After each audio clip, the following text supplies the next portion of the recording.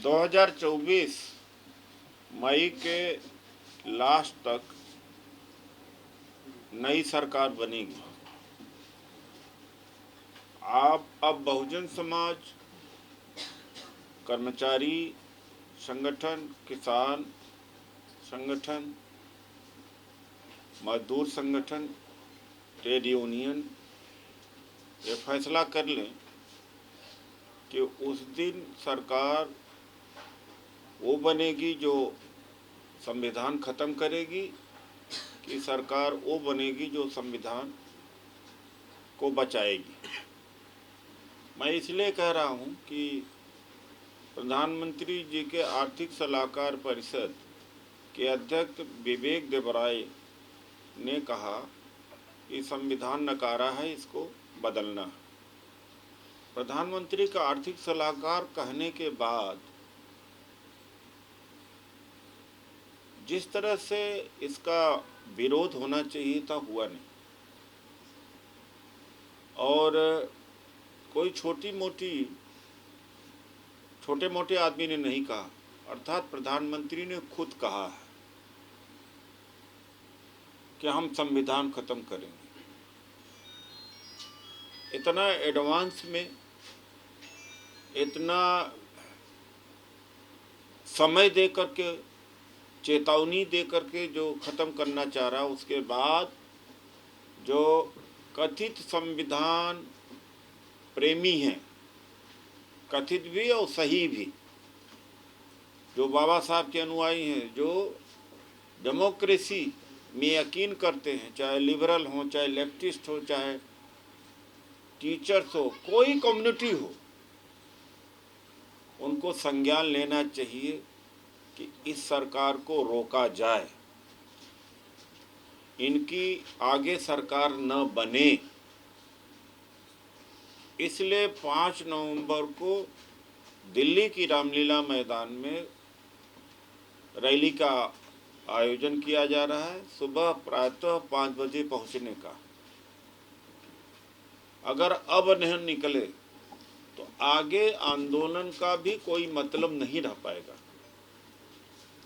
2014 से लेकर 19 तक यह सरकार इतना निरंकुश नहीं थी। 2019 से 23 तक इस सरकार का क्रूर चेहरा आया है, और असली चेहरा, हिटलरी चेहरा आएगा 2024 में, अगर ये जीत जाते हैं तो। रामलीला मैदान में ये जो रैली है, इसका संदेश पूरे देश में जाएगा। तो हम 0.5% भी, 1% भी वोट अगर हम प्रभावित कर लें तो हम संविधान को बचा लेंगे।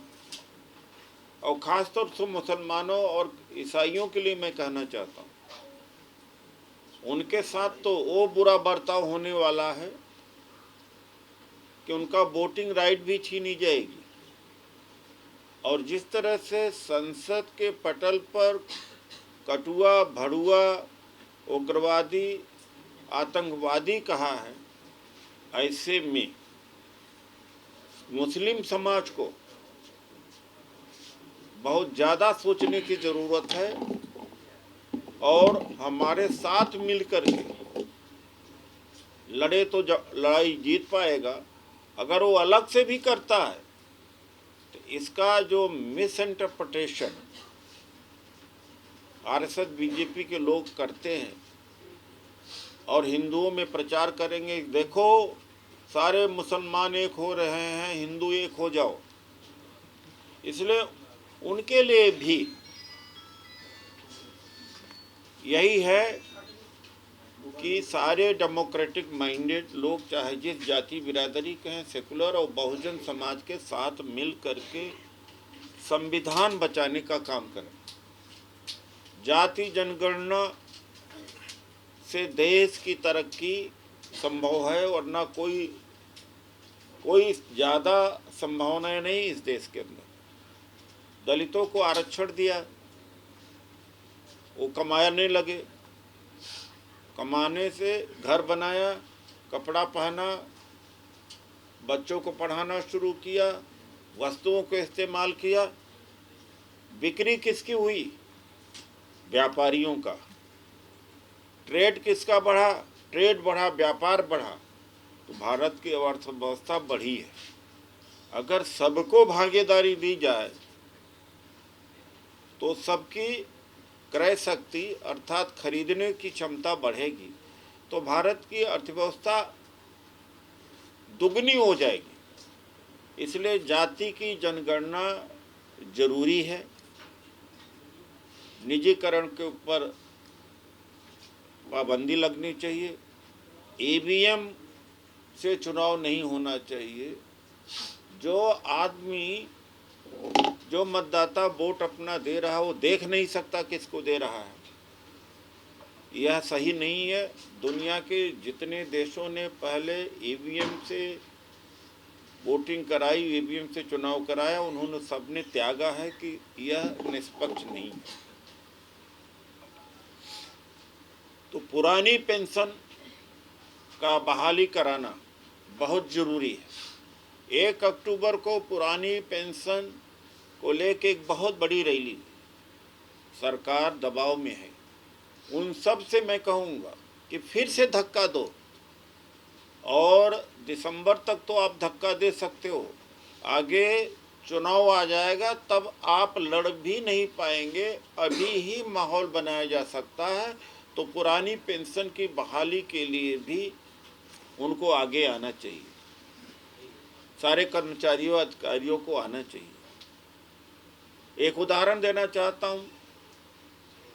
हिमाचल प्रदेश में नई पेंशन के तहत एक कर्मचारी शर्मा, जिसको 1770 रुपये पेंशन मिलती थी, और कांग्रेस की सरकार बनी, पुरानी पेंशन की बहाली हुई, 36,820 रुपया पेंशन मिला, जहां 1780 मिलता था। इस देश में पूंजीपति लूट ले जाए, 25 लाख करोड़ का कर्ज माफी हुआ है। 25 लाख करोड़। अगर 1 लाख करोड़ या 50,000 से 50,000 पेंशन देना हो तो कौन सी मुश्किल है। इस देश के पूंजीपति लूट ले जाए, उनका कर्जा माफी है, लेकिन कर्मचारी को पेंशन नहीं मिलेगी। या ये जो किसान का कर्जा माफी नहीं होता। तो संविधान बचाने के लिए ये किसी एक संगठन के माध्यम से नहीं, सब संगठन अपना झंडा बैनर लगा कर आए, आप भी आए। मैं जानता हूँ कि ये बहुजन मीडिया, इसका 2 पर्पज, समाचार तो प्रसारित करना ही है, समाज की सेवा करना भी जरूरी है। आप समाज की सेवा कर रहे हो, तो इसलिए मैं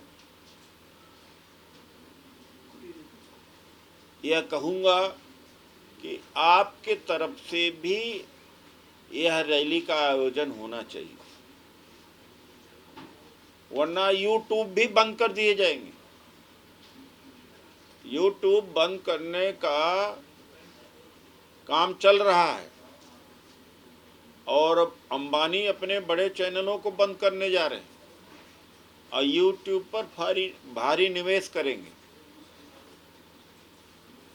और आपका यूट्यूब भी बंद हो जाएगा। इसलिए मैं कहता हूं कि सरकार को आने मत दो, नहीं यूट्यूब का यह भी फ्रीडम खत्म हो जाएगी। क्योंकि सबसे ज़्यादा सिरदर्द मोदी सरकार के लिए यूट्यूब है।